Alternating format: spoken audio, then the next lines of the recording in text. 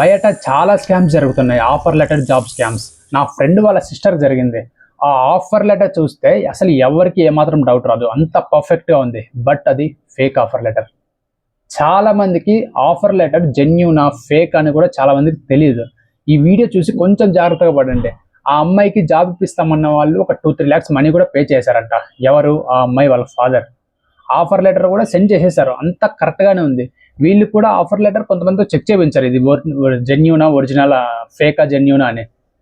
అందరూ offer letter check చేశారు, okay fine బాగానే ఉంది అనుకున్నారు. సో 2-3 lakhs మనీ కూడా పే చేసేసారు. డైరెక్ట్గా కంపెనీలో జాయిన్ అవ్వండి అని అన్నారు ఎవరు? ఆఫర్ లెటర్ రిలీజ్ చేసిన వాళ్ళు. సో వీళ్ళు కూడా వెయిట్ చేశారు. ట్విస్ట్ ఏంటో ఈ వీడియోలో చెప్తాను, ఈ వీడియో మాత్రం స్కిప్ చేయొద్దు. రేపు పొద్దున మీకు కూడా జరిగే ఛాన్సెస్ ఉన్నాయి. ఆ అమ్మాయి తెలియకుండా చేసిన మిస్టేక్ ఏంటి క్లారిటీగా చెప్తాను. ఆఫర్ లెటర్ చూశారు, అంత పర్ఫెక్ట్గా ఉంది, ఎక్కడ ఎవరికి ఏమాత్రం డౌట్ రాలేదు. జాయినింగ్ డేట్, ప్యాకేజ్ అంతా బాగానే ఉంది, డౌట్ ఏం లేదు. సో జెన్యూన్ అనుకున్నారు, వెయిట్ చేస్తూ ఉన్నారు కంపెనీలో జాయినింగ్ డేట్ కోసం. మనీ సెటిల్మెంట్ అంతా అయిపోయింది ఆల్రెడీ. జాయినింగ్ కోసం జాయినింగే దగ్గరకు వచ్చేసింది. కంపెనీ నుంచి ఎలాంటి అప్డేట్ లేదు, ఎలాంటి ఇన్ఫర్మేషన్ లేదు, లేట్ అయిపోతుంది.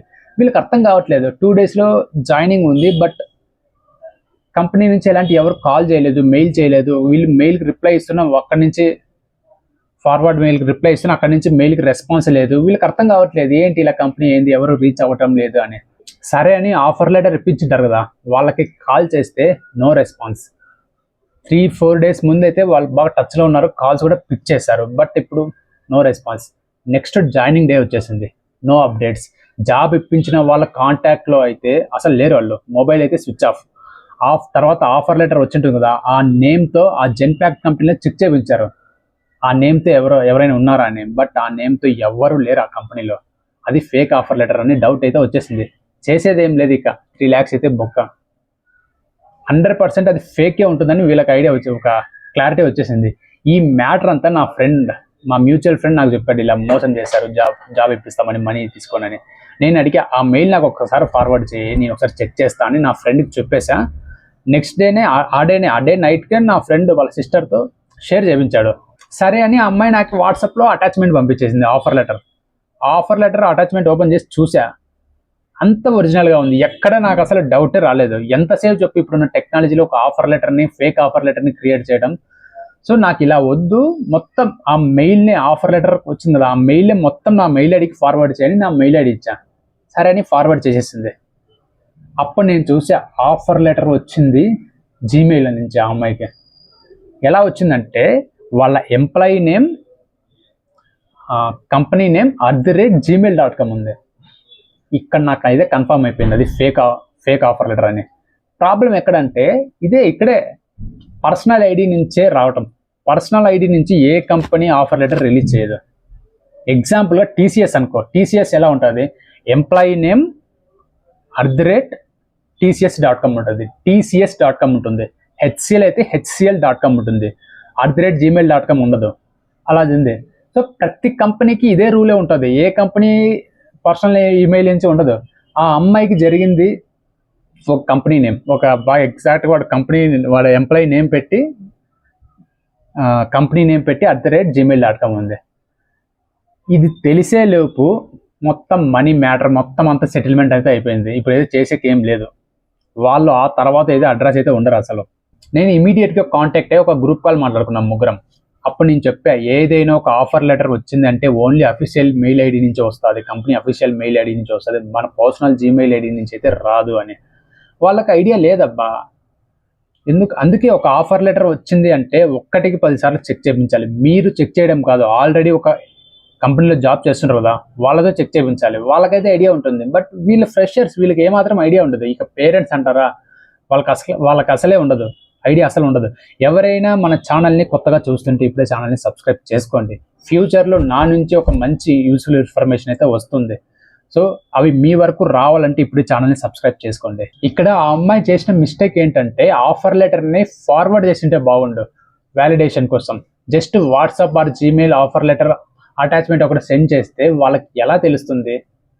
తెలియదు. ఇన్ కేస్ మెయిల్ ఫార్వర్డ్ చేసింటే మా లాంటి వాళ్ళు చెక్ చేసేవాళ్ళు, అది ఎక్కడి నుంచి వచ్చింది, అది జెన్యూన్ కంపెనీయా, ఏ కంపెనీ నుంచి వచ్చిందని వ్యాలిడేషన్ చేసేవాళ్ళు. పర్సనల్ మెయిల్ ఐడి నుంచి వచ్చిందా, అఫీషియల్ మెయిల్ ఐడి నుంచి వచ్చింది అని చూసేవాళ్ళు. అప్పుడు అలర్ట్ అవ్వచ్చు, దొరికిపోయేవాళ్ళు అప్పుడు అది ఒరిజినల్ జెన్యూన్ అని. ఫస్ట్ మీరు ఆఫర్ లెటర్ వస్తే ఫస్ట్ చెక్ చేయాల్సింది ప్యాకేజ్ కాదు, లొకేషన్ కాదు, చెక్ చేయాల్సింది అది ఎక్కడి నుంచి వచ్చింది, ఏ కంపెనీ నుంచి వచ్చింది, అసలు జెన్యూన్ మెయిల్ ఐడి ఉందా లేదా అదే చెక్ చేయాల్సింది ఫస్ట్. ఓన్లీ ఆఫర్ లెటర్ చూస్తేనే మనం ఒక కంక్లూజన్కి రాలేము. అంతా సెటిల్మెంట్ అయ్యాక తెలిసింది ఇది ఫేక్ ఆఫర్ లెటర్ అని. ఇది జరిగి చాలా డేస్ అయింది, ఆల్రెడీ వాళ్ళు పోలీస్ కేసు కూడా పెట్టారంట. తర్వాత ఏమైందో కూడా తెలియదు, ఒకసారి కనుక్కోవాలి.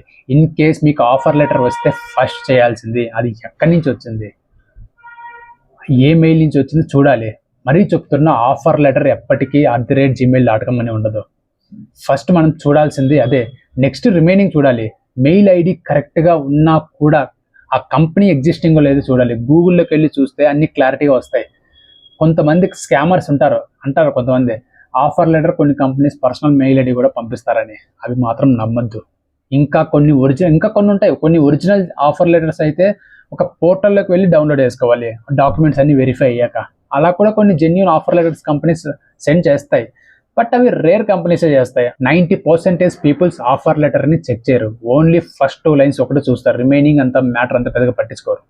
నేను ఒక వీడియో చేస్తాను ఆఫర్ లెటర్ రిలీజ్ అయ్యాక మనం ఆఫర్ లెటర్ ఏమేమి చెక్ చేయాలని. ఒక లైవ్ ఆఫర్ లెటర్ తీసుకొని చెప్తాను, నాదే తీసుకుంటాను. నాకు వచ్చిన ఆఫర్ లెటర్స్లో ఒక ఆఫర్ లెటర్ తీసుకొని లైవ్లో ఎక్స్ప్లెయిన్ చేస్తాను తొందరలో. ఆ కంపెనీ రూల్స్ ఎలా చెక్ చేయాలి, నోటీస్ పీరియడ్ ఎలా ఉంటుంది ఎలా మెన్షన్ చేస్తారో, ప్రొబేషన్ పీరియడ్ ఎలా ఉంటుంది కంపెనీలో మనల్ని రిమూవ్ చేస్తే, అప్పటికప్పుడు రిమూవ్ చేస్తే ఆ కంపెనీ 3 months పోస్ట్ శాలరీ ఇస్తుందా లేదా, ఫుల్ శాలరీ ఇస్తుందా లేకుంటే హాఫ్ శాలరీ ఇస్తుందని ఎగ్జాక్ట్గా మెన్షన్ చేస్తారు ఆఫర్ లెటర్ ప్రతి కంపెనీ. ఆ వీడియో రిలీజ్ చేస్తాను, సబ్స్క్రైబ్ చేసి పెట్టుకోండి మన ఛానల్ని ఇప్పుడే. ఇక్కడ మెన్షన్ చేస్తున్నా ఫేక్ కంపెనీ ఈమెయిల్ ఐడీస్ ఎలా ఉంటాయి, ఒరిజినల్ కంపెనీ ఈమెయిల్ ఐడీస్ ఎలా ఉంటాయని.